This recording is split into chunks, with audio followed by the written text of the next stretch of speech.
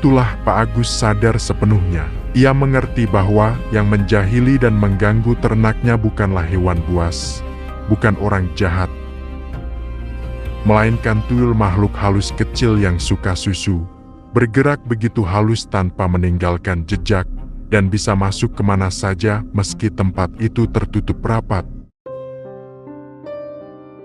Assalamualaikum warahmatullahi wabarakatuh. Halo teman-teman semuanya, apa kabar? Apa kalian sehat-sehat saja? Semoga pada hari ini kita selalu diberikan kelancaran dan dimudahkan dalam segala urusan. Sekarang, duduklah dengan tenang, siapkan segelas kopi atau teh hangat. Saya akan berbagi suatu cerita. Tak lupa sebelum mendengarkan cerita ini, jangan lupa subscribe channel ini agar jauh lebih berkembang lagi. Inilah sebuah kisah yang dialami oleh seseorang.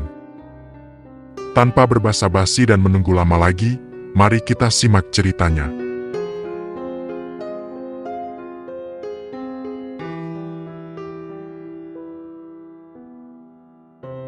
Kisah nyata peternakan Pak Agus, kejadian tak terjelaskan di tengah hutan.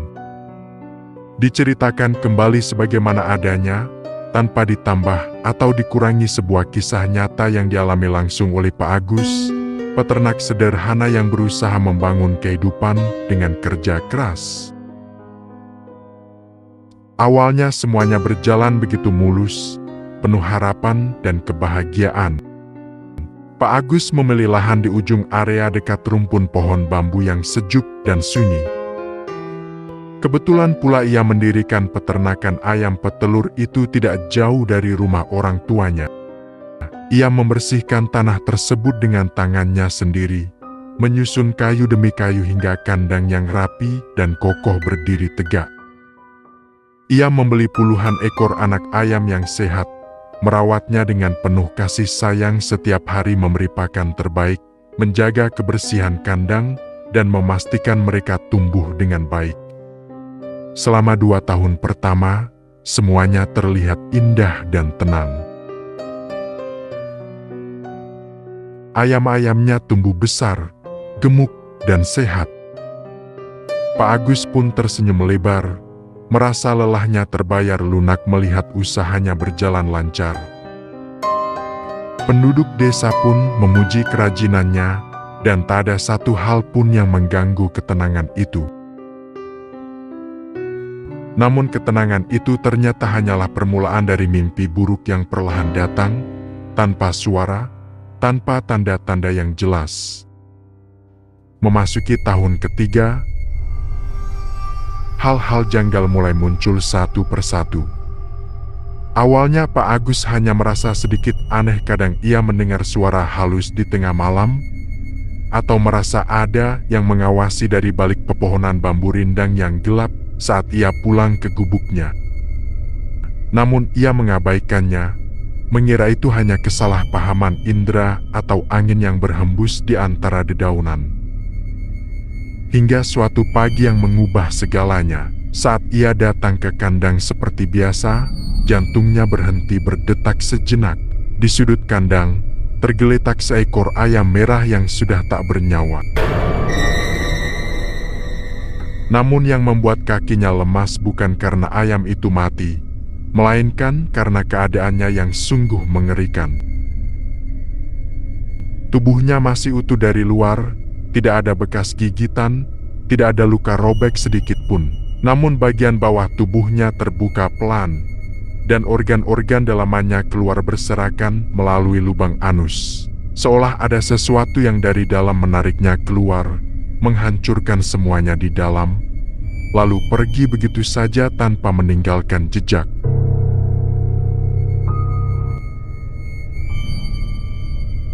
Pak Agus gemetar hebat. Ia memeriksa sekeliling kandang dengan teliti, pagar masih rapat terkunci rapat. Tidak ada celah yang bisa dimasuki hewan. Tidak ada jejak kaki di tanah yang lembab. Tidak ada bulu yang terseret keluar. Yang ada hanya pemandangan mengerikan itu di hadapannya. Hari itu ia memakamkan ayam tersebut dengan hati sedih, berusaha meyakinkan diri bahwa itu mungkin kejadian aneh yang tak terulang. Namun ia salah besar. Keesokan paginya, hal yang sama terjadi lagi. 2 ekor ayam tergeletak mati dengan keadaan yang persis sama. Lalu hari berikutnya 3 ekor, lalu 4 terus berulang setiap hari tanpa henti. Tubuh mereka utuh di luar, namun hancur lebur di dalam. Semua isinya keluar melalui bagian bawah tubuhnya. Tidak ada satu pun yang tahu apa penyebabnya. Pak Agus mencoba segala cara, memperkuat pagar hingga tak ada celah sekecil apapun, menyalakan lampu terang sepanjang malam, memasang jeruji tambahan. Bahkan ia berdoa dengan sungguh-sungguh setiap malam memohon perlindungan. Namun semuanya sia-sia. Kejadian mengerikan itu tetap berulang setiap pagi tanpa henti. Dalam keputusasaan yang mendalam, suatu malam ia mencoba menaruh persembahan sederhana di sudut kandang yang paling gelap sebagai tanda menghormati apapun yang ada di sana. Ia menaruh kopi manis, kopi pahit, teh manis, teh pahit, air putih, serta susu tawar dan susu manis. Ia berharap dengan cara itu ketenangan akan kembali. Pagi harinya ia datang dengan perasaan cemas, dan matanya terbelalak kaget. Semua minuman yang ia taruh semalam masih ada di tempatnya, kopi, teh, air putih semuanya utuh tak tersentuh sedikit pun. Namun yang aneh, kedua gelas susu itu kosong melompong, bersih tanpa sisa setetes pun. Tidak ada bekas tumpahan di meja, tidak ada noda sedikit pun di pinggir gelas. Gelasnya pun tidak bergeser dari posisinya semula. Seolah isinya lenyap begitu saja diambil oleh sesuatu yang tak kasat mata. Saat itulah Pak Agus sadar sepenuhnya. Ia mengerti bahwa yang menjahili dan mengganggu ternaknya bukanlah hewan buas, bukan orang jahat, melainkan tuyul, makhluk halus kecil yang suka susu, bergerak begitu halus tanpa meninggalkan jejak, dan bisa masuk kemana saja meski tempat itu tertutup rapat. Ia masuk ke dalam tubuh ayam melalui bagian yang paling lembut, menghancurkan semuanya dari dalam, lalu pergi begitu saja tanpa ada yang melihat. Hatinya akhirnya hancur sepenuhnya. Ia sudah berusaha sekuat tenaga, namun menghadapi hal yang tak terlihat mata, ia tak berdaya. Akhirnya dengan berat hati yang luar biasa, Pak Agus memutuskan untuk meninggalkan tempat itu. Ia membawa sisa ayam yang masih hidup, membiarkan bangunan kandang terbengkalai begitu saja, meninggalkan tanah tempat ia bekerja keras selama ini. Namun dalam hatinya, ia berjanji teguh, suatu saat nanti, saya pasti akan bangkit kembali dan berjuang lagi, demi menjadi peternak sejati yang sesungguhnya.